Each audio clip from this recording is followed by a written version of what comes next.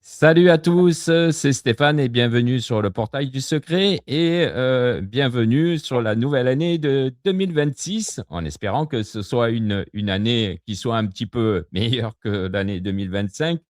Mais bon, on va y croire, on va le souhaiter. Et comment tu vas, Rina? Bonsoir Stéphane. Eh bien oui, qu'on va souhaiter non pas une année un peu meilleure, juste absolument génialissime. Il faut y croire, les époques sont dures, mais on peut y faire face, il faut y faire face. Et effectivement, pour notre troisième épisode, nous allons encore avancer dans ce domaine de Rennes-le-Château. Et là encore, je pense qu'on va donner quelques éléments de réflexion, si ce n'est pas des révélations, sur ce site qui est tout à fait particulier et extrêmement riche pour nous, dans la vie de tous les jours aussi, pas seulement pour apprécier une belle architecture. Ouais, tout à fait. Donc, oui, comme tu l'as dit, on va attaquer l'épisode 3 de Rennes-le-Château et le décodage alchimique Oui, de ce site qui a été fait par l'abbé Sonia. Ben, on va entrer direct sur le sujet et on va déjà commencer par la première pour faire un petit rappel de ce qu'on avait vu dans les deux épisodes précédents, hein. On se croirait, oui, franchement, on se croirait dans l'épisode Netflix avec saison 1, saison 2, saison 3, hein. c'est genre Dallas, mais j'espère quand même un peu mieux, moins délétère que ça. En tout cas, on ne vend pas de Euh, pétrole, ça c'est sûr. ouais. Mais on vend des choses très précieuses qui est déjà le plaisir de découvrir un beau lieu naturel, de magnifiques édifices artistiques et qui, ici ou là, ont essaimé des drôles de choses qui posent question, qui posent réflexion, qui sont des vrais rébus minéraux. Et nous, on est en train de s'amuser à décrypter ça du point de vue alchimique, qui est vraiment, pour nous, dans l'Occident, quoi, ce gros réceptacle des quatre grandes connaissances, hein, l'arithmétique, la géométrie, l'astrologie, astrologie, astronomie à l'époque, ça se confondait, et musique couleur. Voilà. Et effectivement, jusqu'à présent, on a commencé à dévoiler les lieux par la tour de Magdala. Voilà, comme moi, faites comme moi, on ne connaît pas encore l'endroit. Et grâce à Stéphane, on essaye de s'y introduire. Et la première chose qui apparaît aux visiteurs, c'est une tour dédiée à une femme avec un F majuscule. Puis on marche sur les murs et on arrive dans cet angle arrondi, le belvédère, avec cette possibilité de descendre et monter des escaliers et contourner une fontaine qui n'existe plus. On en a parlé, on n'en dit pas plus. Et puis on reprend la marche et là on arrive sur une tour, l'Orangerie, Ouais. qui est complètement vitrée. Et on disait justement qu'il y avait un discours entre ces deux tours, entre une tour très matérialisée féminine, la tour de Magdala, et une tour on ne peut plus éthérée, plus masculine, l'Orangerie. Et on va voir, une fois qu'on descend cette tour de l'Orangerie au jardin inférieur, qu'on a l'occasion, on a la possibilité là d'accéder à un autre type de jardin. Alors, je te laisse juste introduire ça et Oui. puis on va commencer déjà à décrypter parce qu'il y a énormément de choses à dire. Ouais, tout à fait. Donc là, on va passer déjà pour voir un petit peu le visuel de ce qu'on va attaquer aujourd'hui. On va attaquer les jardins du Calvaire à l'extérieur. On va faire ça dans l'ordre. Peut-être qu'on fera pas tout le jardin aujourd'hui sur cette émission, mais on va essayer de faire le maximum et essayer de comprendre tout ce qui a été créé, tout ce que l'abbé Saunière, quel message a voulu, nous faire passer, à travers ces constructions. Juste une précision, là, vous avez la photo de la maquette qui a été faite, par Alain Ferral. Donc, pour préciser, voilà, donc qui est une maquette qui est magnifique et franchement, qui est bien, bien, bien réaliste. Mhm. Voilà, je te laisse, la parole. Alors, peut-être que j'aimerais bien reprendre le cliché précédent parce qu'on a une vue d'ensemble, ça permet, voilà. Donc, quand on est arrivé à l'Orangerie, eh bien, on va descendre au jardin dit inférieur. Et le but, depuis les jardins inférieurs, c'est d'aller à l'extrême droite en bas de notre schéma. On voit un triangle, ce sont les jardins du Calvaire. C'est ça. Sauf que pour arriver au jardin du Calvaire, il faut passer par une petite ruelle qui donne à une petite cour entre le presbytère et la Villa Béthanie. Donc déjà là, pour moi, c'est très intéressant parce que ce que je remarque, c'est que la Bessonnière, quoi qu'ils construisent, ils construisent toujours en paire. Ils mettent toujours d'un côté quelque chose dans l'archétype masculin et quelque chose dans l'archétype féminin. Les deux polarités universelles sont toujours présentes dans chaque partie de ces constructions. On a vu par exemple comment la tour de Magdala est en lien avec la tour de l'Orangerie. Eh bien, idem. Le presbytère est le lieu où vivent, où se réunissent les curés, les prêtres, essentiellement des hommes. Et de l'autre côté, on a une villa, une belle demeure, qui est dédiée à Béthanie. Villa Béthanie, c'est Marie de Béthanie. Pour le coup, c'est la Marie qui a été vraiment la prostituée. Quand on dit qu'on a confondu Marie-Madeleine volontairement, un pape a volontairement voulu confondre Marie-Madeleine avec Marie de Béthanie, Marie-Madeleine était peut-être prise par des démons, Marie de Béthanie était prostituée, ce n'est pas la même femme, c'est Marie, mais ce n'est pas la même Marie. Ce que je veux dire par là, c'est qu'en fait, on arrive à un point, on descend des jardins, les jardins inférieurs, et pour accéder au jardin qui a cette forme triangulaire pointe vers le bas, le jardin du Calvaire, puisque c'est comme ça qu'il est appelé, il faut passer entre deux bâtiments qui sont de nouveau une représentation des deux polarités. À droite, le féminin, à gauche, le masculin. Ou Ouais, bien plutôt en exact. bas, le féminin, en bas, comme le triangle pointe vers le bas, est un symbole alchimique du féminin de l'eau, et puis le presbytère qui est en haut, juste en face de l'entrée de l'église de Sainte-Marie-Madeleine. Donc déjà ça, c'est intéressant. Et puis, c'est toi qui m'expliquais que quand on passe entre ces deux édifices, le presbytère et la Villa Béthanie, ben on arrive dans une petite cour, et là, la Bessonnière nous a mis quelque chose, un morceau d'édifice intéressant. Donc, en fait, il faut s'imaginer qu'on va on va devoir passer entre le presbytère et la Villa Béthanie. Là, dans la maquette, le côté cassé, entre guillemets, en bas à gauche, c'est là où se trouve la Villa Béthanie. Et puis, le bâtiment qui est en haut de la photo, c'est le presbytère. Et on voit un petit chemin. Et là, je te laisse commenter, Stéphane. Ce petit chemin, il aboutit où? Alors le petit chemin là qui arrive, on arrive dans les, donc je vais mettre l'autre photo. Donc on arrive sur le jardin du presbytère. Donc on a un petit passage là qui passe sous un porche et on arrive là, sur les jardins du calvaire. Donc, D'accord. à gauche, tu as l'entrée de l'église qui est au-dessus et sur la droite tu as le jardin du calvaire et sur le petit tronçon qui est sur la gauche, tu as la statue de Notre-Dame de Lourdes. Oui, Voilà. d'accord. D'accord. Donc en fait, si je me résume, quand j'ai fini de visiter l'orangerie, je descends de l'orangerie, je suis aux jardins inférieurs, je vais traverser les jardins du presbytère, qui est un chemin en fin de compte verdoyant entre le presbytère et la Villa Béthanie.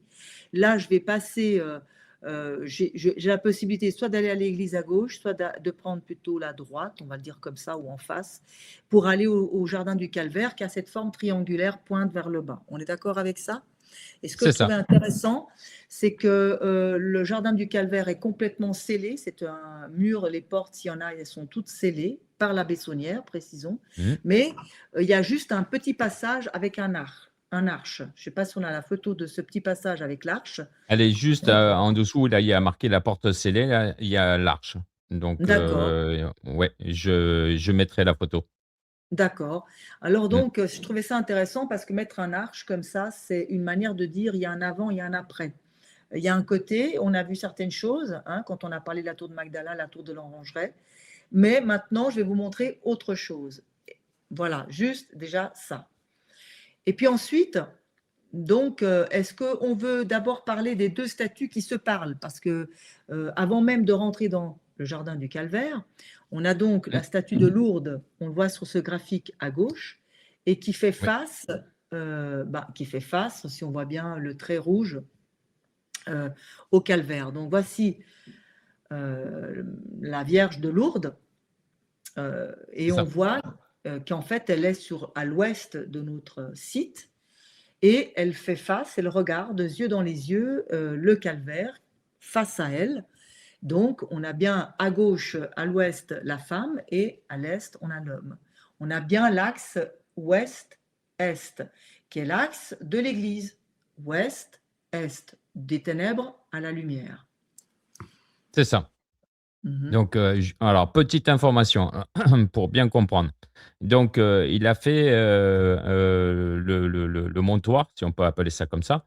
C'est le pilier, voilà, je vais y arriver. C'est le pilier qui était à l'intérieur de l'église et la particularité, c'est que, ce pilier, il a retourné, à l'extérieur, là. Il est complètement retourné par rapport, à ce qu'il est normalement. Il est à l'envers. Et donc, c'est à partir de là qu'il a mis la statue et même le bas, il a été recoupé. Donc, pourquoi? Ça, c'est les questions que se posent les chercheurs et Donc, en fait, au-dessus oui. oui Non, non, vas-y, finis ta phrase. et donc au-dessus, il a mis la statue, de Notre-Dame de Lourdes et en marquant dessus: «Pénitence, pénitence». Et D'accord. juste au-dessus de sa tête, on a, une couronne qui est en forme de tour, parce que c'est un symbole, comme j'ai dit, qui revient très souvent. Donc, tout est basé sur les tours. Heu, c'est là qu'il faut chercher, le symbolisme par rapport à ça. Et Mhm. on a, au-dessus, une espèce de clocher, si on peut appeler ça un clocher, un temple ou, peut-être un sanctuaire. Donc, voilà, moi je te donne des explications techniques et Oui. après tu me diras si toi, si ça te fait penser à quelque chose ou pas.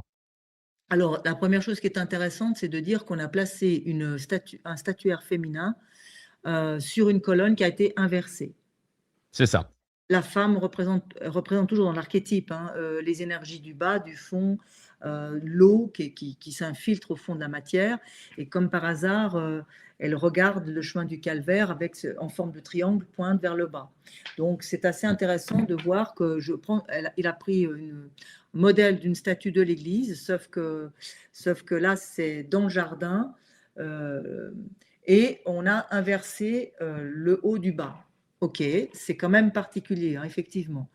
Après, cette couronne avec toutes ces tours, on l'a dit, on le redit, la tour en alchimie, ça représente la tanor, c'est-à-dire là où on va se transmuter. C'est là où la matière va souffrir, parce que la tanor, c'est là où c'est le Mmh. four, hein, dans lequel on va mettre la matière, mais pas lui faire du mal pour lui faire du mal, pour qu'elle transmute. Sauf qu'il n'y a pas de transmutation, il n'y a pas d'évolution, même personnelle pour nous, sans traverser nos peurs ou nos pensées caduques. Et ceci implique plus ou moins de la souffrance, hein. Traverser nos peurs, ça veut dire quand même ce que ça veut dire. Donc, Lourdes, c'est la femme des miracles, hein, par excellence, hein. C'est la femme au miracle. Et peut-être que la Boussonnière a voulu nous indiquer que le miracle, c'est notre capacité à traverser nos souffrances. C'est le courage de traverser nos souffrances. C'est le fait d'admettre nos limites et de dire, c'est peut-être une illusion, toutes les limites que je me mets. Je vais traverser mes peurs et je vais pouvoir voir que je suis beaucoup plus grand que je ne le pense, malgré tout. Peut-être, hein. Voilà, alors donc pour préciser, alors pourquoi il a mis, Notre-Dame de Lourdes et pas une autre statue? Sachant que, ben, Notre-Dame de Lourdes, enfin, moi ce que j'ai pensé, c'est que, ben, on fait un petit rappel, à l'eau puisque, c'est à Lourdes qu'on retrouve, je veux dire qu'on a, l'eau qui est bénite. Donc ça, c'est la première chose et puis, la deuxième chose, en bas là sur le pilier, quelque chose qu'on n'a pas dit, c'est qu'on a, l'alpha et l'oméga qui est représenté avec l'inscription, mission 1891 et les gravures qui sont dessus représentent, les vendanges, le raisin. Très Voilà, ce bien. que je peux te Alors là, donner on a techniquement, ouais. énormément d'éléments. Alors Mmh, l'alpha et l'oméga, le début et la fin, on a même une étoile à 1, 2, 3, 4, 5, 6 branches, hein, quand même, hein. mmh, Le 6 est dédié à Marie.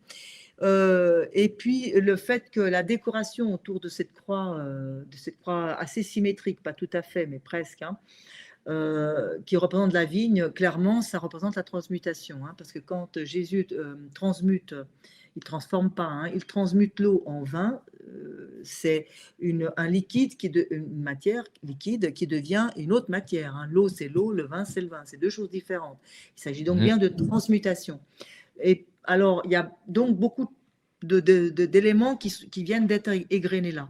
Est-ce que la Bessonnière veut nous dire qu'en ce lieu, il y a une source magique, une source qui est Mmh. capable de nous transmuter? Point d'interrogation. Ah. Ah.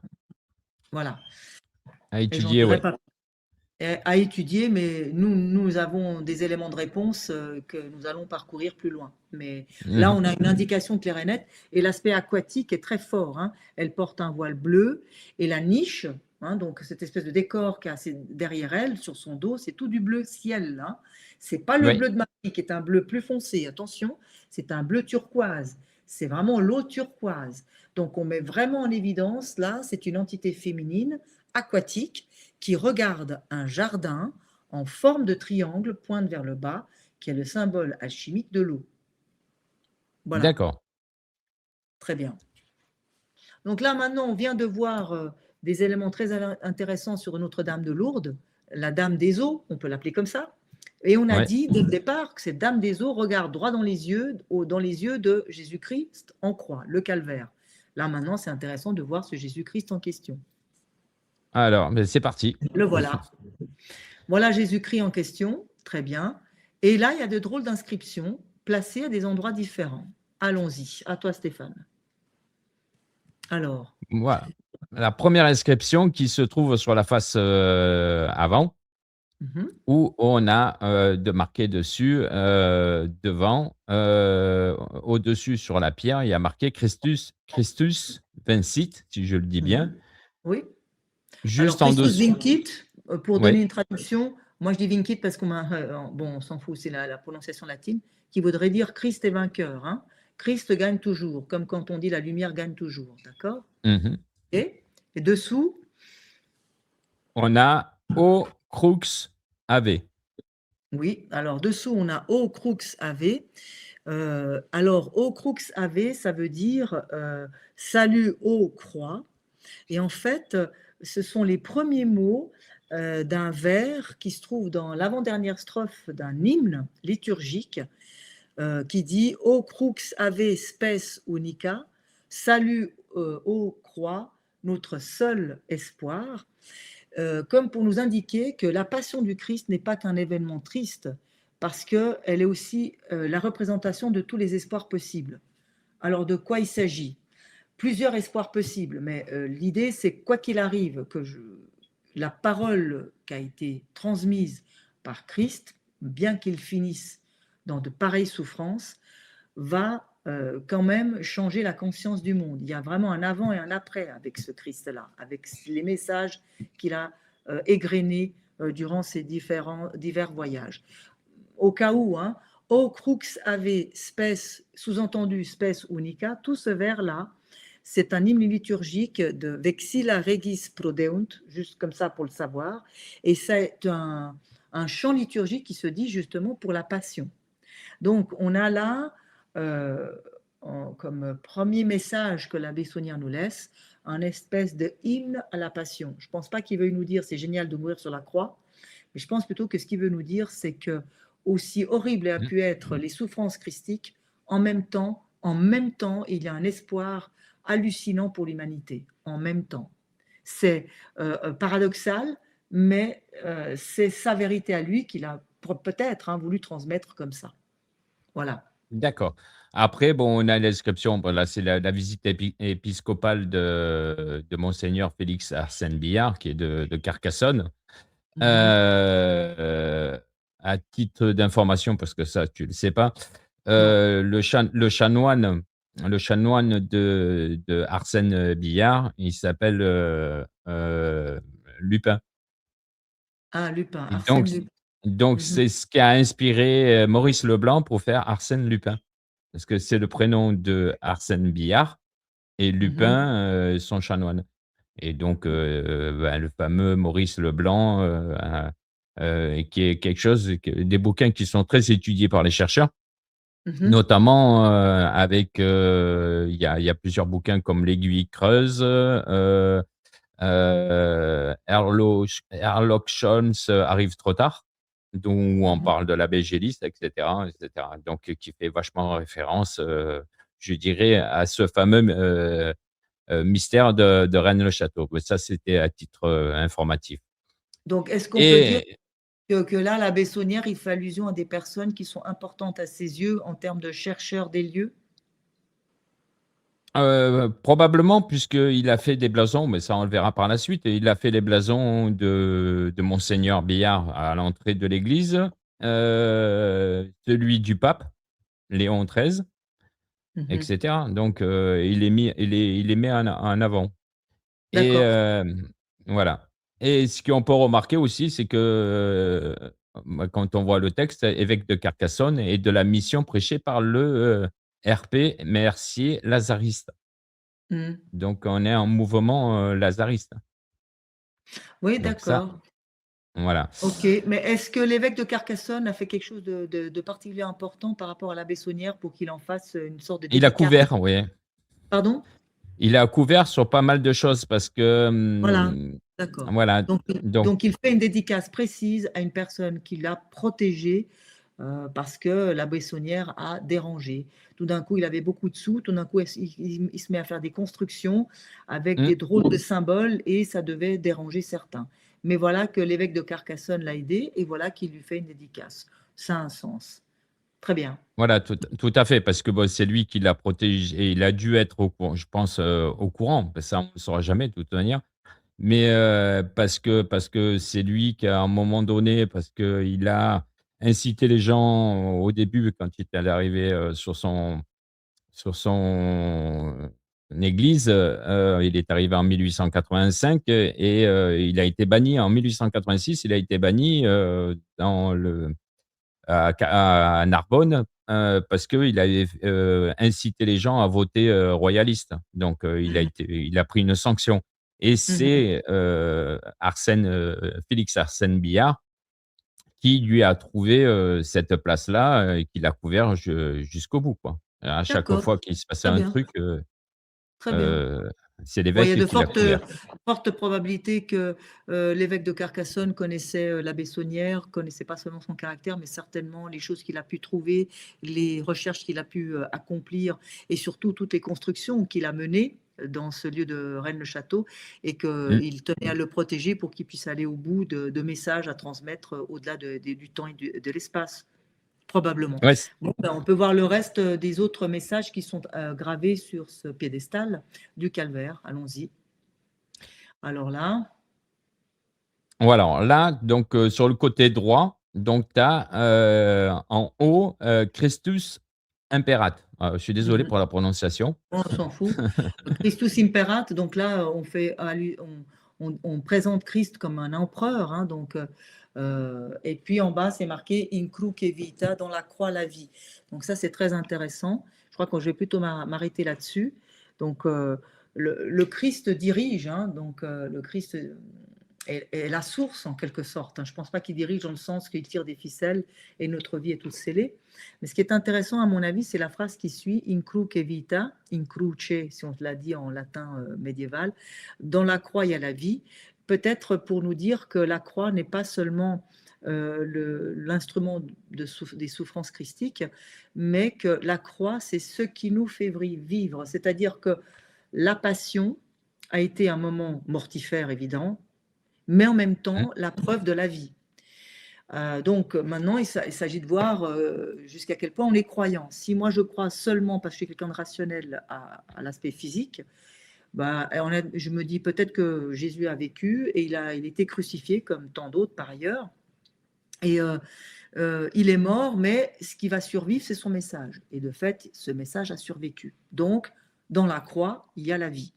Si je pense que l'âme existe, eh ben, lors de la Passion, c'était aussi un moment euh, pour montrer que à la mort physique survient la naissance de l'âme qui se libère du cadavre, comme appellent les alchimistes. Les alchimistes appellent le corps physique le cadavre. Donc voilà qu'à la mort physique, l'âme se libère, retrouve sa légèreté et peut s'élever dans d'autres plans. Ou alors, ou alors, je me dis que in cruce vita, ça veut peut-être dire que Jésus bel et bien était sur la croix, il a bel et bien souffert parce qu'il s'est incarné homme, donc un être humain ne peut que souffrir sur la croix. Mais il aurait survécu à ses blessures. Et là, on ouvre, un tout autre débat. Chacun est libre de croire ce qu'il veut, mais quand on lit dans la croix il y a la vie, on peut sous-entendre, à mon sens, ces trois choses-là, à minima. Voilà. Ouais, ouais, c'est en plus de ça, je veux dire, c'est pas la première fois que qu'il y a une allusion comme ça aussi, parce que ça, on le verra plus tard à l'intérieur de l'église. Il y a encore une allusion, justement, au même placement, à l'intérieur, on a, une fresque où on voit, une croix qui bourgeonne, tu vois? Tu vois ce que je veux dire? Mais ça, D'accord, on le verra plus tard. d'accord, Donc, très bien. voilà. Maintenant, l'autre inscription, Hop là, côté gauche, on a Christut, regnat, qui le signifie le Christ Christ, règne. Mhm. ouais, Et et là, in in cruce salus, dans la croix, il y a la salut. Dans la croix, le salut est dans la croix. Donc le salut, ça veut bien dire que ça nous sauve. Donc il y a là aussi plusieurs lectures possibles. Où on se dit que Jésus est mort sur la croix pour nous sauver, ça c'est cool, comme ça on peut faire toutes les conneries qu'on veut, de toute façon il va nous sauver. Ou alors il nous a sauvés parce que sur la croix, il démontre que malgré toute l'injustice, en fin de compte il n'a fait que prêcher l'amour, l'âme est immortelle, elle ne peut pas être atteignable et qu'il sera, il est, toute personne qui a fait le bien sera récompensée, l'âme s'échappant du corps pour aller dans des plans autrement plus merveilleux pour avoir agi de la meilleure manière possible dans cette incarnation terrestre, par exemple. Mais en tous les cas, encore une fois, à droite et à gauche, à droite, on dit que Christ est l'empereur, pour ne pas dire l'impératrice du jeu d'échecs, c'est-à-dire l'intuition. À mmh, gauche, le côté féminin, on parle d'un Christ roi. Le roi, c'est celui qui rationnellement et concrètement dirige un État. Et dans les deux cas, on fait allusion à la croix salvatrice, à la croix qui représente la vie. D'accord? Et encore une fois, on voit chez l'abbé Saunière cette exigence de présence permanente des deux polarités, et même de les inverser. C'est-à-dire que le côté droit, il y a l'impératrice, et sur le côté gauche du socle du calvaire, on parle du Christ qui règne, donc on fait allusion au roi. ah, Ce qui est ouais, intéressant là encore, c'est qu'on voit comment, à chaque fois, l'abbé Saunière, quand il fait quelque chose, il le fait en double. Il y a un oui, côté féminin et un côté masculin. Et parfois, ils croisent ces archétypes. Je m'explique. Sur le côté droit du socle du calvaire, le côté droit, c'est le côté masculin, on parle de Christus imperat, l'empereur, pour ne pas dire l'impératrice. Dans le jeu d'échecs, la reine représente l'intuition. Sur le côté gauche, qui est le côté féminin, là, on parle du Christus regnat, qui règne. On parle du roi. Et le roi, d'ailleurs dans le jeu d'échecs, c'est celui qui représente, euh, celui qui règne, celui qui commande un territoire bien défini. D'accord? Et il représente le rationnel, le côté masculin. Et là, il est placé à mmh. gauche. En plus, non seulement on a la présence de quelque chose de peut-être féminin, peut-être masculin, en plus c'est croisé. Ça, c'est quand même intéressant.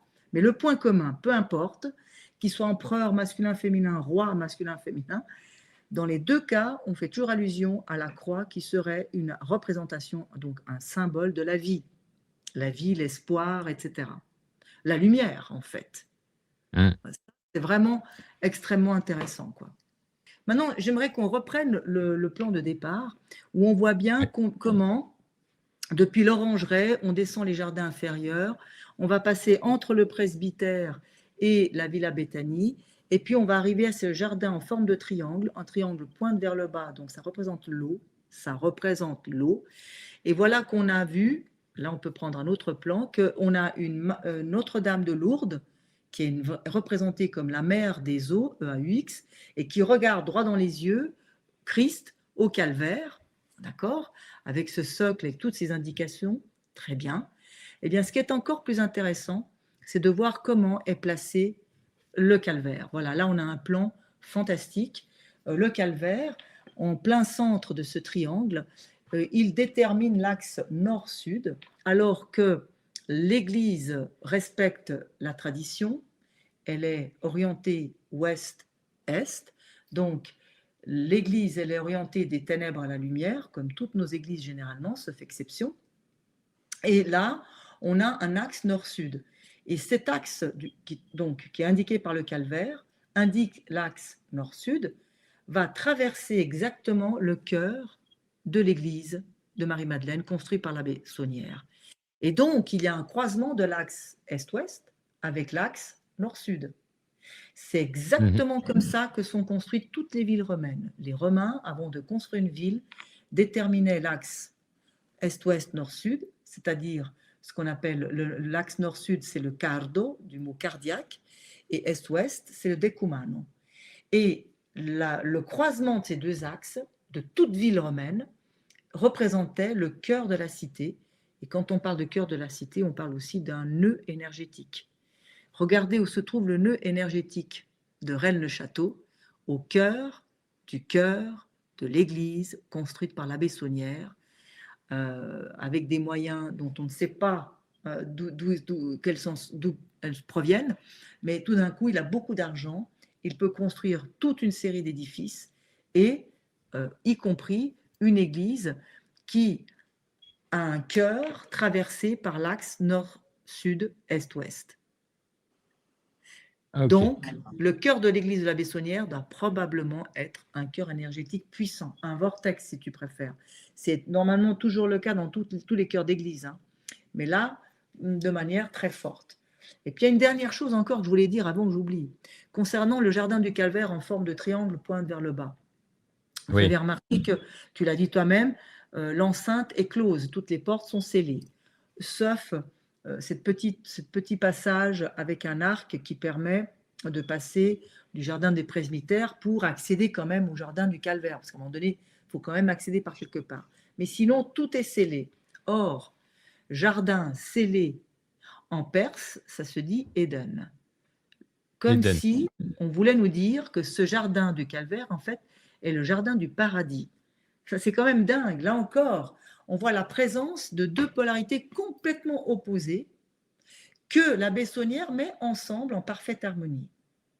On doit passer Mmh. entre un bâtiment masculin et féminin pour arriver au jardin du Calvaire, c'est-à-dire entre le presbytère et la Villa Béthanie, pour arriver au jardin du Calvaire, qui est un jardin, comme le nom l'indique, qui rappelle la pire des souffrances, la crucifixion, c'est pas rien, mais Mmh. en même temps, c'est le jardin du paradis, c'est le jardin de l'Éden.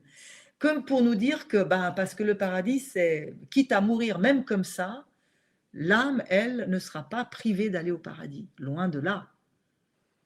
Et en fait, D'accord. c'est marrant, cette présence perpétuelle dans tous les édifices de la Bessonnière, de ces deux polarités qui sont apparemment opposées, et lui, il fait en sorte qu'elles se composent. Au lieu de s'opposer, qu'elles se composent, elles trouvent une harmonie. Et ça, c'est toute l'histoire de l'alchimie. D'un côté le soufre, d'un côté le mercure, l'élément masculin, l'élément féminin, l'élément feu, l'élément eau. Ça ne va pas ensemble. Et pourtant, la troisième voie consiste à faire en sorte que ces deux entités opposées deviennent non pas opposées, mais complémentaires. Et c'est pour ça que les alchimistes parlent du couple divin. Et en fait, dans notre vie de tous les jours, peu importe le partenaire que nous allons choisir, il y aura toujours assez de différences pour se friter, pour se séparer, pour se déchirer. Et qu'en fait, la troisième voie consiste à justement trouver l'harmonie au-delà de nos différences et de nos différends, et nous enrichir grâce à nos différences. Et là, c'est marrant, on a le jardin du Calvaire, Mmh. mais qui est dans un jardin scellé en Perse, le jardin d'Éden, le jardin du paradis. Paradis et Ouais. calvaire ensemble. C'est-à-dire le paradis et l'enfer. Ce qui est en haut est comme ce qui est en bas. Peut-être. Voilà le message de la Bessonnière dans OK. le choix de la structure et le choix des noms. Parce que s'il n'avait pas donné ces noms-là, peut-être on n'aurait pas pu faire ce genre de, De euh, comparaison. oui, de similitude, Mmh. comparaison, lien, interprétation, etc., etc. Mais c'est très intéressant. En tout cas, quand tu vois un jardin, quand tu parles de jardin de fleurs, tu parles d'un monde végétal, floral, c'est féminin. On voit bel et bien un triangle pointe vers le bas, ça c'est le symbole de l'eau. On a une Notre-Dame de Lourdes qui est complètement aquatique. Elle fait face à un élément un archétypal complètement masculin qui est Jésus en croix. Et voilà que Cette croix qui représente la pire souffrance se trouve dans un jardin scellé, c'est-à-dire le jardin d'Éden. Il y a quand même là un nombre incroyable de symboles, de jeux de mots, de jeux de valeurs, en fait, qui sont mis ensemble de manière tout à fait harmonieuse. Et c'est vraiment une invitation à dépasser nos différences et nos différends, parce que l'harmonie est toujours possible. Moi, c'est ça qui me vient à l'esprit quand je vois euh, ce type de structure et les noms qui sont attribués. Hein. Non, parce qu'il aurait pu mettre un autre nom à la Villa Bethany, on est d'accord. Hein. Oui, oui, tout à fait. Non, mais ça, Bon, c'est bien précis, c'est pour nous aiguiller quelque part. ben, quand tu mets Villa Bethany, tu mets déjà une villa dédiée à une femme qui fait face à un presbytère. Bon.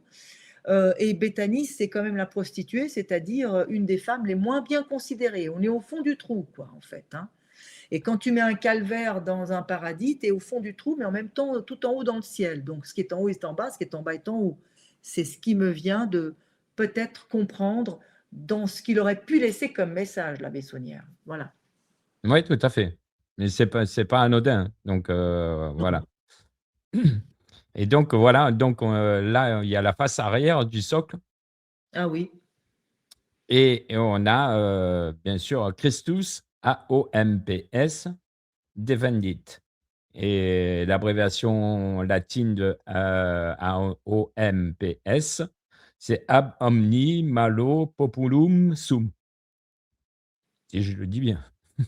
oui, oui, ab omni malo populum sum. C'est juste. Mmh. Et en fait, ça veut dire, Le Christ protège de tout mal, le Christ protège son peuple de tout mal. oui, dit en français, on va le dire comme ça. Le Christ protège Voilà. son peuple de tout mal. Mhm. Euh, oui, c'est vraiment, comment dire, on avait dit à droite et à gauche du socle, on avait l'idée qu'il soit empereur, qu'il soit roi, la croix est salvatrice. Et c'est le côté, la polarité masculine et féminine, peut-être, comme dans l'arbre de Séphiroth, il y a les deux piliers. Mais la voie du milieu, la voie de la sagesse, hein, le troisième pilier, la troisième voie, elle est peut-être symbolisée par cette phrase. Quoi qu'il arrive, que ce soit le Christ qui règne ou le Christ qui gouverne, imperat, quoi qu'il en soit, dans les deux cas, dans les deux polarités, le Christ protège son peuple de tout mal. Quoi qu'il en soit, il est amour. C'est peut-être les trois inscriptions du socle pourraient être là une allégorie des trois piliers de l'arbre de Séphiroth, l'arbre de la vie. Et alors, Ouais. ça pourrait indiquer que la croix, effectivement, n'est pas qu'un un instrument de torture, et elle l'est, hein, mais c'est aussi l'instrument où on peut se végétaliser, euh, parce que, où on peut cheminer vers la lumière, où un nouvel espoir, une nouvelle vie peut naître. Hein, du pire, le meilleur peut arriver. Mmh. Et donc, quand bien même le Christ est mort sous les pires souffrances, quoi qu'il en soit, il est là. Et tout son peuple, il va le protéger. Le meilleur et le Tout à pire. fait. Hein. Toi, moi, Hitler y compris. Voilà. C'est comme ça que je le comprends, en tout cas. Tout à fait. Donc et là, je vais revenir, hop, si j'y arrive, hop, excusez-moi. Bon, ben, on revoit les différentes inscriptions du socle. Hein. Voilà. Ouais. Heu, à l'église, parce que, Oui, il y a quelque chose que je voulais faire remarquer, c'est oui, qu'on a mais ça après bon, pas mal de chercheurs le savent, hein. On a une église qui est, je dirais, matérielle ou, qui est représentée de façon matérielle, mais on a aussi une église avec les mêmes proportions, qui a été représenté, là, avec le calvaire et la statue de Notre-Dame, si les gens la voient bien, pour bien la situer, qui est, on pourrait dire invisible, éthérée. éthéré, ouais, c'est le Voilà, meilleur. Oui, c'est juste. voilà. Donc peut-être que le message, enfin, moi, j'interprète ce message, il y a, une partie qui est réelle, qu'on voit, comme à peu près comme la tour et une partie qu'on ne voit pas, une église qu'on ne voit pas et Oui, donc il faut peut-être aller chercher dans le réel, trouver le décodage dans le réel pour aller le chercher dans l'invisible. Oui, je crois Je sais pas qu'il y a si ouais. une autre allégorie de alors encore une fois, on voit que la Bessonnière, dès qu'il fait quelque chose, il le fait en double. Mmh, Il faut dire que la vie sur terre n'est possible que lorsqu'il y a 2 polarités. S'il y a pas de polarité, il se passe rien. C'est comme dans une pile, s'il y a pas les 2 polarités, il se passe rien. S'il y a de la matière, il y a forcément de l'antimatière. S'il y a du blanc, il y a forcément du non blanc et ainsi de suite. S'il y a de l'humide, il y a forcément du sec. Voilà. Et là, effectivement, la Bessonnière a investi beaucoup de sous, dont on ne connaît soi-disant pas vraiment la provenance, peu importe, mais il a construit mmh, une église tout à fait concrète, matérielle, minérale. Voilà. Bon. Mais quand on regarde bien, on voit bien que le socle de la Notre-Dame de Lourdes est exactement positionné à même hauteur, on va dire, que l'entrée de l'église. Que la porte scellée, pour mettre justement en évidence que le jardin du Calvaire est une porte scellée, donc on a dit le jardin de l'Éden, est à même hauteur que la partie centrale de l'église, où il y a son entrée d'ailleurs. Je vois là une flèche avec exact. J'y l'entrée avais de pas l'église. pensé celle-là. Mmh, Tu vois, donc il y a l'entrée du jardin à même hauteur de l'entrée de l'église. Pouf. Et mmh, puis le calvaire qui vient donner, comme j'ai dit avant, l'axe nord-sud, hein, pour reprendre les termes des Romains, le cardo, la voie cardo, garde de mmh. Cumano, on en a parlé. Si on tire une droite, paf, on arrive en plein mille du cœur de l'église. Et donc, en fait, alors qu'on voit parfaitement les contours de l'église en pierre, eh bien, on devine une église, on va dire presque végétale, hein, et parfois interrompue par des chemins de traverse, hein, parce qu'il faut emprunter un chemin de traverse pour pouvoir rentrer dans le jardin du Calvaire et donc dans Mmh. l'église. Et, et donc, on peut parler euh, de nouveau d'une structure en miroir. On avait dit que la tour de Magdala, très matérialisée, faisait miroir à la tour de l'Orangerie, qui elle est plus éthérée, elle est vitrée, donc plus éthérée. Là, on a un contraste encore plus puissant, parce que l'église est décidément faite de pierre, et l'autre église, végétale, eh ben, il faut la deviner. C'est beaucoup plus subtil encore, c'est encore plus éthéré. C'est peut-être là Tout que les à fait. choses les plus importantes ont lieu. Déjà, quand on fait allusion à la présence de Notre-Dame de Lourdes, qui indique ou qui, comment dire, qui est une, on avait dit avant, une entité aquatique par excellence, qui peut-être pourrait être positionnée là parce qu'on voudrait nous indiquer qu'il y a là une source miraculeuse, puisqu'à Lourdes, il y a des miracles qui ont lieu. Oui. Peut-être que l'église la plus importante, qui donne plus d'indications qu'on ne pourrait le croire, est l'église végétale. Peut-être que l'église minérale nous donne des indications pour le ciel et l'église végétale nous donne des indications à trouver sous terre. Va savoir. Mais on ne peut Fort pas ne fort pas possible. voir cette structure en miroir. Oui, tout à fait et pour, petite précision, tu nous as parlé du Cardo tout à l'heure, Oui, oui. de l'autre côté, du côté est, là-bas, on a une montagne qui s'appelle le Cardou. Ah ben voilà. Alors ça, tu vois, pour moi, c'est la preuve sine qua non. Donc l'axe calvaire centre de l'église, c'est l'axe nord-sud. Les Romains appelaient ça cardo, qui fait penser au mot cœur, cardiaque, hein. Mmh, Donc un axe cardiaque, hein, en fait, hein.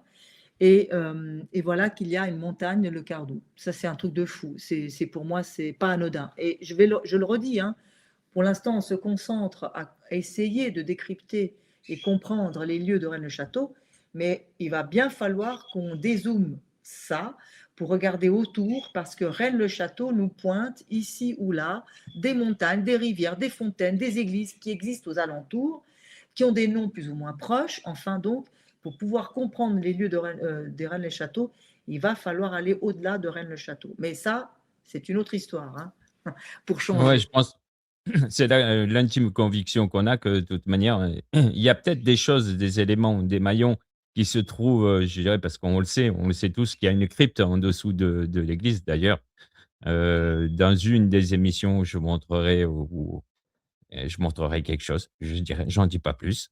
Ça, c'est suspense. Hem Tu peux montrer le et graphique, justement, on voit les deux églises, hein, tu y penses, hein, c'est important. ouais, ouais, ouais, tout à fait. Oui, Je montrerai une des photos, je le mettrai pour qu'on comprenne d'accord, d'accord. avec 2 couleurs différentes. Oui, Seule précision que je voulais faire, c'est que, bon, dans l'église, normale, tout est à l'endroit. donc Dans toi, tu dis l'église l'église normale, tu dis l'église matérialisée. l'église matérialisée et tout ce qui est à l'extérieur, dans les jardins, c'est en l'envers. Il a fait D'accord. en fonction que de tout placer en l'envers. Comme par exemple la colonne, Le pilier le pilier de Notre-Dame de Lourdes, qui est à l'envers. qui est à l'envers. Donc, et D'accord. il avait fait positionner la dalle des chevaliers parce il a découvert une dalle des chevaliers, Mhm, qu'il a retrouvée à l'intérieur, la face qui était au sol, qui était cachée, mhm. et il l'a mis à l'extérieur, face contre le ciel. C'est comme ça qu'après elle s'est dégradée, petit à petit parce qu'à l'intérieur, quand elle était couverte, sous la terre, elle pouvait pas se dégrader et lui, Oui, il l'a positionnée à l'extérieur, face contre le ciel. oui, j'ai Donc compris. voilà, ça c'est la Donc, première chose. clairement, clairement, dans cette église végétale éthérée, où tout est à l'envers, on est en train de nous dire qu'il y a des choses qui se passent dessous, hein. Mmh. On est en train de tout nous dire que quelque chose se passe dessous. Au même titre que dans l'église matérielle, ça se passe à la vue de tous, hein, aux cinq sens. Oui, mais c'est bon, c'est pour préciser que c'est toujours à l'opposition. Parce que, alors je dis ça pour les certains chercheurs, c'est que, chose que tout le monde s'est fait piéger, enfin moi je pense que tout le monde s'est fait piéger, c'est que, si tu veux à l'intérieur de l'église, il a fait, un passage secret pour aller, dans l'isoloir qu'on voit sur la droite, la petite tour ronde où soi-disant où il y avait le passage pour descendre à la crypte. Sauf que Mhm. Sauf que quand on regarde à l'extérieur, on a dans le même positionnement, on a une grotte avec un banc. Donc si on doit le superposer à l'église, je dis ça comme ça, hein, il faut la faire dans l'effet miroir, c'est-à-dire qu'elle ne se retrouve pas sur la droite, mais sur la gauche. Ah oui, d'accord. Donc c'est vraiment un effet miroir. Donc Voilà, il y a une donc superposition du plan de l'église végétale éthérée avec l'église matérialisée, mais selon les lois du miroir qui inversent le côté droit avec le côté gauche. exactement. Alors tous ceux qui pensent, trouver quelque chose parce qu'il y en a qui se sont amusés à déterrer, sur l'extérieur pour pouvoir retrouver le passage qui donnait, sur la crypte. Mais, là où il y avait l'isoloir, sauf qu'on fait pas un isoloir avec un œil de bœuf que tout le monde puisse voir à l'extérieur. Donc, c'est un leurre en fait. D'accord. Voilà, c'est juste, le petit message que je voulais, partager, c'est Ouais. pas la peine de s'acharner dessus, vous trouverez pas un passage parce qu'en fait, il a fait exprès pour que tout le monde se piège. Heu, voilà, Par contre, ce serait puisque intéressant de voir les plans superposés mais pour se rendre compte que c'est sur un effet miroir. donc, si c'est pas sur la gauche, c'est sur, enfin, si c'est pas sur la droite, c'est sur la gauche. Je Ouais, dis ouais, ça, je dis pas plus, je dis rien. Il y a un fameux pilier sur la gauche. Voilà, j'en dis pas plus. Donc voilà, on va venir sur la dernière diapo. oui, Et après, ça sera le reste, ça sera sur la prochaine émission. oui, Tac, ça c'était ce qu'on a vu. oui. Voilà. Alors, je ne sais pas si tu vas y arriver parce que personne à ce jour n'est arrivé à comprendre ce qu'il y a. Il a fait cette fameuse grotte qu'il appelle la grotte au banc. Voilà. Et c'est les pierres qu'il a choisies, il est allé chercher les pierres dans la rivière de couleur. Une particularité de pierre, parce qu'il a choisi ces pierres exprès, pas c'est pas d'autres pierres, c'est uniquement ces pierres-là et il a fait cette grotte avec un banc et cette grotte à l'intérieur, il y avait une niche où il y avait, la statue de Marie-Madeleine. Oui, on voit là en haut à droite, on voit bien l'arc, le banc. On voit en haut un grillage noir et derrière ce grillage, il y avait une statue dédiée à Marie-Madeleine. On est C'est d'accord, ça, hein?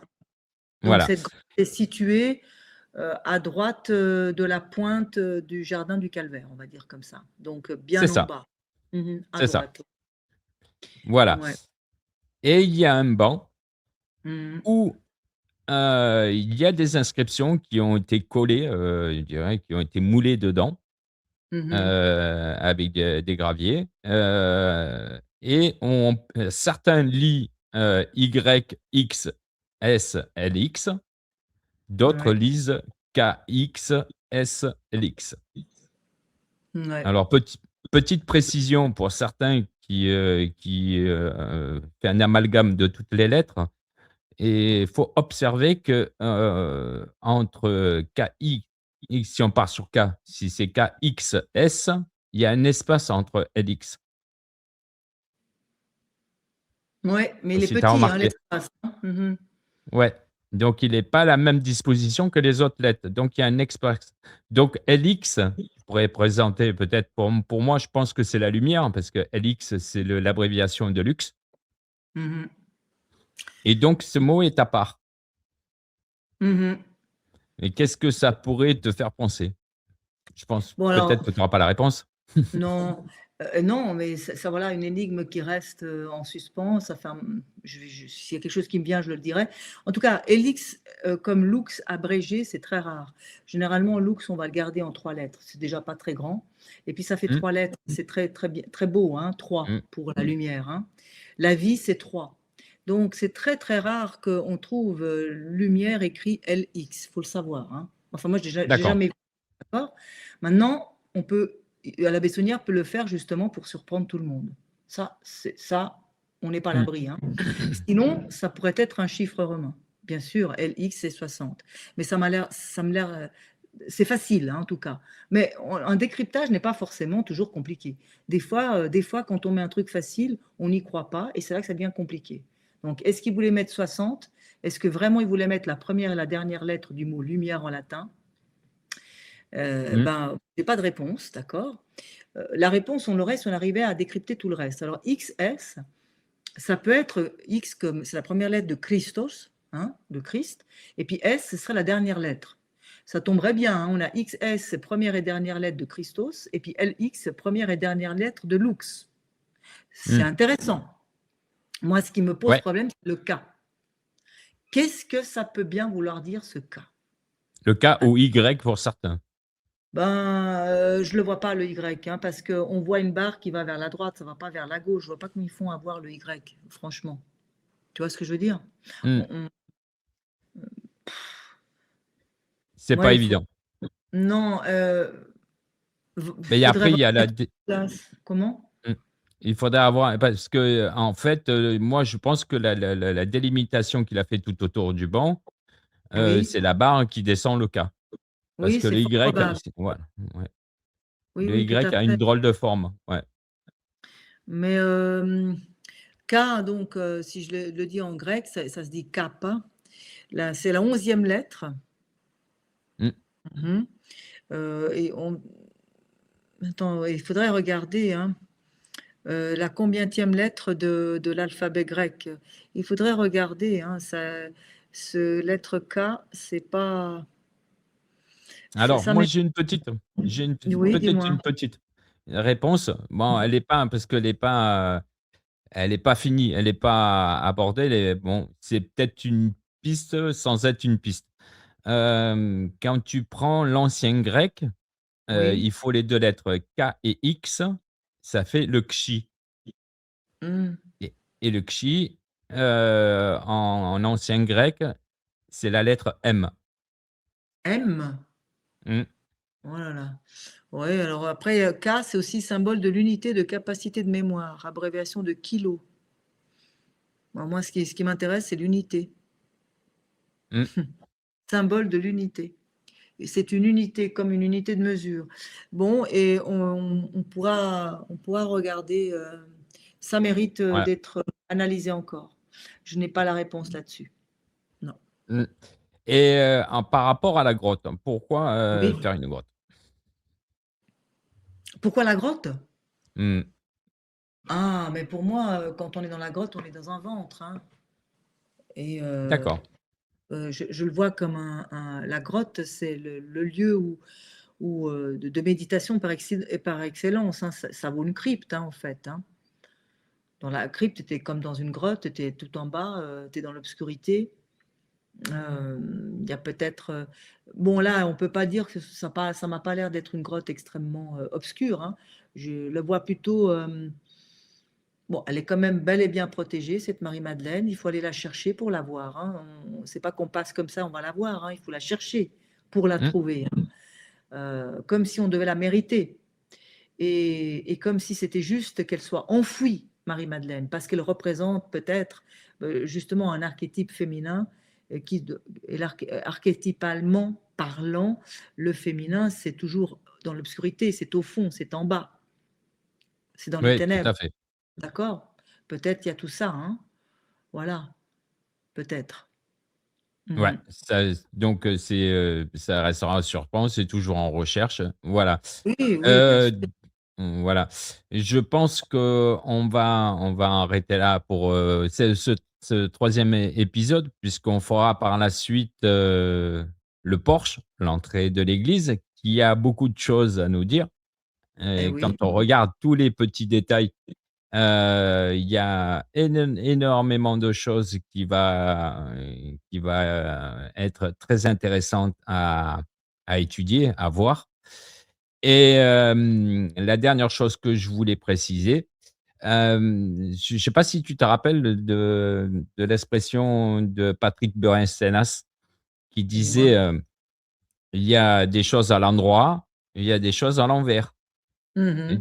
imaginons qu'on a parlé de vortex, l'autre fois, les 1res émissions, imaginons qu'il y ait un passage, une porte, Mhm. d'accord? De passer du monde visible au monde invisible. On va croire que je suis complètement illuminé en disant ça. Hem, alors si je donne comme exemple, ça c'est l'exemple, que avait donné Patrick Beuren-Steinhaus. C'est-à-dire que, par exemple, si je te pose la question: «À quel endroit tu habites?» Mhm. OK, je ne sais pas si ça te parle Oui, ça? je me rappelle quand il disait ça. À quel Ouais, endroit ouais. Donc si tu me dis un nom que je connais pas, je vais te dire: «C'est vers où?» Mhm. Oui, et bien donc si sûr. on si on utilise le langage des oiseaux, c'est verrou, c'est le verrou d'une porte. Mhm. Donc dans le côté matériel, c'est verrouillé, Mhm. d'accord? Mhm. Mais si on va du côté de l'éthéré, de l'autre Mhm. côté, c'est plus verrou, c'est ouvert. Mhm. Mhm. Je voulais la faire ce truc pour expliquer les gens que et finalement que si toute cette histoire nous amène dans un vortex qui nous amène dans je ne sais pas moi, je dis ça au hasard ou dans une dimension. C'est peut-être pour ça qu'on ne trouve pas les choses parce qu'on est toujours dans un monde matériel et peut-être qu'il y a un espèce de vortex qui nous amène dans une autre dimension où est caché des choses qu'on n'aurait jamais imaginées. Tu vois ce que je veux dire?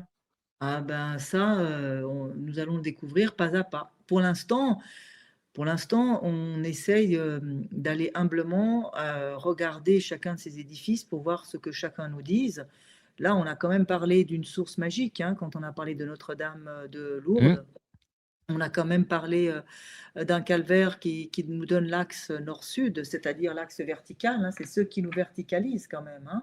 C'est ceux qui nous rectifient en d'autres termes aussi, hein. Donc, on a quand même des éléments qui nous indiquent que c'est un lieu particulier. Ça veut bien dire que il doit y avoir des énergies particulières qui peuvent rectifier les personnes qui ont une certaine sensibilité. Ça veut pouvoir dire aussi qu'il doit peut-être s'y trouver dans ces lieux quelque chose que si on pouvait le voir, le découvrir, ça nous changerait complètement. Et comme tu dis, en même temps, pour percevoir les choses magiques, il faut quand même changer un peu notre regard, hein. Si nous restons dans le rationnel, on voit ce qu'on peut voir. En vérité, on ne voit pas grand-chose, hein. On voit sans voir, en quelque sorte, quoi. Oui, il faut un peu changer de dimension pour que quelque chose nous vienne. Moi, je me rappelle de mon guide d'alchimie qui me disait, quand tu lis les bouquins d'alchimie, cherche pas à comprendre. Mais à force de lire et de relire, tout d'un coup, un jour, tu vas comprendre. Tu comprendras le message et tu sauras ce que tu auras à faire. C'est super intéressant. Et là, je vais donner un exemple très, très, très concret qui moi, m'est arrivé vraiment. Quand il m'a dit ça, je me suis rendu compte que quand j'étais guide touristique en Alsace et que j'expliquais à qui voulait bien entendre, les touristes et autres, le retable d'Issenheim, qui est un retable exposé au musée Unterlinden de Colmar, patrimoine de l'UNESCO quand même, hein, plus que 25 mètres carrés de peinture, c'est de la folie. eh bien, moi, je continue à expliquer le retable de manière, normale, on va dire. Et je me rendais bien compte que ce retable, il avait l'air spécial, mais je me disais toujours: «Je ne vais pas raconter des trucs spéciaux si je les vois pas. Je ne vais pas m'inventer des mystères si je ne les vois pas». Je sentais bien que ce retable avait quelque chose de spécial à raconter, mais tant que je ne le comprenais pas, je n'allais pas m'inventer des choses, tu vois ce que je veux dire? Donc je n'ai pas cherché. Mais un jour, c'était peut-être la 57e fois que je regardais ce retable. Ce jour-là, j'ai regardé pour la 57 milliardième fois le Graal qui est peint, à l'ouverture même du retable, puisqu'il y a 3 ouvertures. Et, et là, tout à coup, j'ai vu ça différemment. Et à partir du moment où j'ai commencé à voir le Graal différemment, j'ai vu différents Mmh. éléments. Et là, je me suis rendu compte qu'à chaque fois que je regardais ces différents éléments de manière normale, je comprenais quelque chose. Et à chaque fois que j'avais une lecture alchimique, je comprenais quelque chose d'encore plus profond. Ce n'était pas du tout en opposition. La vision alchimique venait approfondir et enrichir et donner encore plus de sens à ce que les historiens de l'art peuvent aujourd'hui comprendre du retable. En d'autres termes, le fameux deuxième livre que j'ai écrit sur le retable d'Isenheim, Grimoire alchimique pour Compostelle, c'est pas un livre que j'ai provoqué parce que moi je continue à expliquer le retable de manière classique. Sauf Mmh. qu'à un moment donné, j'ai eu une autre lecture. Et ben, je pense que nous devons faire la même chose avec Rennes-le-Château. Nous, on chemine pas à pas pour décrire les différents édifices que l'abbé Saunière a construits. Clairement, il y a quand même de drôles de symboles dedans, donc autant rire avec, puisque ces éléments Mmh. sont drôles, rions. Essayons de décrypter quand on peut, et surtout ne décryptons pas quand on ne peut pas. On ne va pas s'inventer des choses. Il y a assez de mystères là-bas, pas besoin d'en rajouter. Sinon, on va mettre de la confusion sur le peu de choses qu'on arrive à comprendre. Au contraire, essayons de comprendre les choses. Si on les a comprises, d'ailleurs, elles sont très simples. Dès que ça devient compliqué, pour ne pas dire alambiqué, ça veut dire qu'on est déjà perdu. En vrai, c'est qu'on se la raconte déjà. Je sais ce que je pense, hein. Je pense que Ouais. quand on comprend quelque chose, ça devient même évident. On se demande même comment on a fait pour ne pas le comprendre avant. Donc, Mmh. moi, je pense que nous sommes là pour inviter tous à être avec nous, pour découvrir les bâtiments les uns après les autres. On les décrit comme on peut. C'est pour ça que si les autres peuvent venir nous ajouter des commentaires, ben, on verra bien dans quelle mesure ça peut enrichir nos deux discours. Mais à un moment donné, le mystère va se dévoiler à nous. Ce n'est pas nous qui allons dévoiler le mystère. Je pense que c'est comme ça que les choses se passent. Dans Oui, le oui, monde tout à fait. dans le monde magique, hein. Dans le monde rationnel, il faut chercher, analyser, synthétiser, ordonner, et pas à pas, on sait exactement ce qu'on dit, on sait d'où on part, on sait d'où on va. Là, nous, on ne sait pas exactement d'où on part et on ne sait pas exactement où on va, mais on y va. Oui, tout à fait et en plus, les auditeurs, je vois, je lis les commentaires et ils participent bien donc tous. Super. On n'a quasiment pas, de mauvais commentaires, je dirais, je dis pas des commentaires négatifs qui sont argumentés parce que ça, on les accepte tout à fait. Bien sûr. Mais je veux dirais des insultes ou des trucs comme ça, on n'en a quasiment pas. Pourtant, Non, il y mais en a des commentaires. oui, Donc oui, mais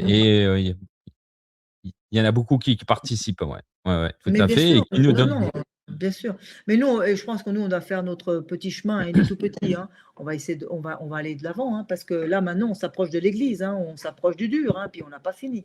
Donc, je pense que nous, on doit faire notre taf. Et mmh. puis, ceux qui participent et qui peuvent nous aider de manière constructive, ben, c'est génial. Et puis, pour le reste, nos problèmes, chacun est libre, mais nous, on fait notre chemin, quoi, c'est tout. Tout à fait, tout à fait. Et ben, je pense que, bon, on va arriver presque à terme de cette émission. Par contre, j'ai un petit message, à passer, c'est que je vais, organiser un direct avec, Christophe Carlier que tu connais, hein? Ah ben oui. Voilà et ce qui est très intéressant alors pourquoi je dis ça? Parce qu'on approche non, on approche, pardon, du 17 janvier et Oui. le 17 janvier, c'est le jour de ce fameux, phénomène, dont on parle souvent. Ah, Alors mon il cher m'a Christophe. proposé ouais, il m'a proposé de faire en direct, avec le logiciel de Stellarium.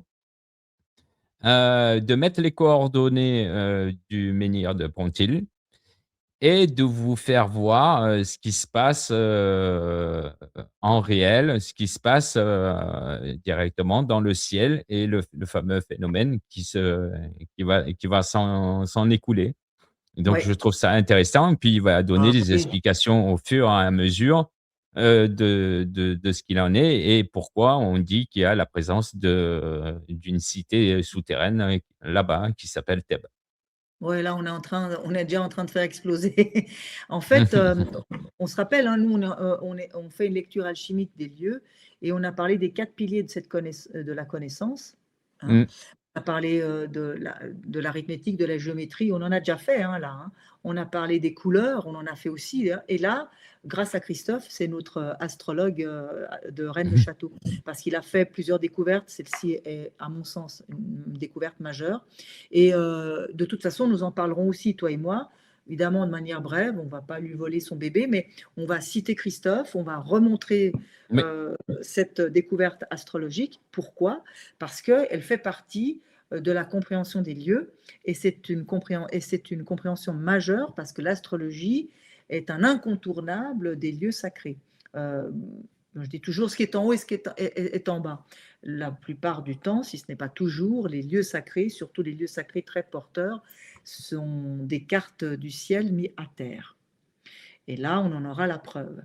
Et ce n'est pas seulement je mets à même le sol quelque chose que l'on voit dans le ciel, mmh, c'est que ça va être un indicateur d'une dimension autre de ce site de Rennes-le-Château. Donc c'est absolument incontournable. Donc de toute façon, nous on fait notre bonhomme de chemin, mais quand on va élargir la compréhension, le décryptage des lieux de Rennes-le-Château en regardant les alentours, forcément et fatalement, on va devoir reciter Christophe avec sa pierre, même si on va le citer en 2-3 phrases, hein. Là, vous allez prendre tout votre temps pour parler de ça et c'est légitime.